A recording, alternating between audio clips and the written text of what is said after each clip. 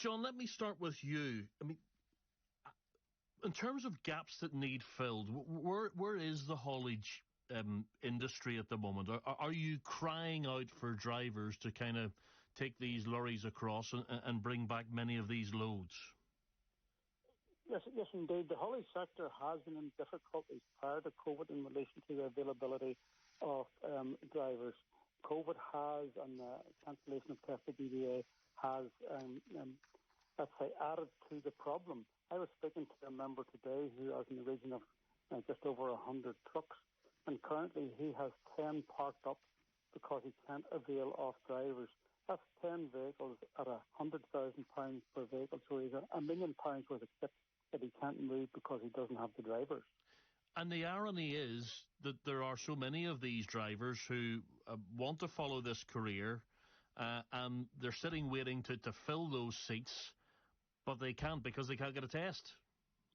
Yeah, that's right. I've reviewed the DVA figures, and for a period of 6 to 7 months this time last year, they had in the region of 1,500 HGV tests conducted. So those tests haven't been conducted this year because of COVID. There's 1,500 drivers that haven't come through the system. Current estimates of demand within the system in Northern Ireland is in the region of 600 to 700 drivers slots that they could fill in the morning if they had the drivers. And the irony of this is that this is a time when you could probably fill many of those trucks that are sitting with any number of loads, because we're coming up to Christmas. It's looking like a Christmas when more people will be, doing their online shopping, and many of those haulage companies have contracts with the likes of Amazon to deliver those packages across. And I know that you've also been looking at this, and you think that the whole uncertainty around Brexit is also adding to the pressure on the number of loads that people want to bring across. Yes, certainly at this time of year there's normally a Christmas rush or a Christmas peak, but that coupled to the fact that people are now adding to their stock levels because of the uncertainty with Brexit come the 1st of January.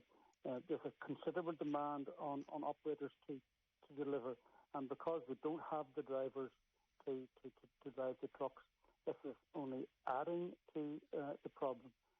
But I've looked at the DVA figures, and it's estimated that in the region there's a backlog of in the region of 25 to 30,000 tests. That includes car tests, HGV tests, taxi tests, etc. It would take in the region of 30 staff full time working for 6 months just to clear the backlog, and that doesn't deal with the business as usual tests.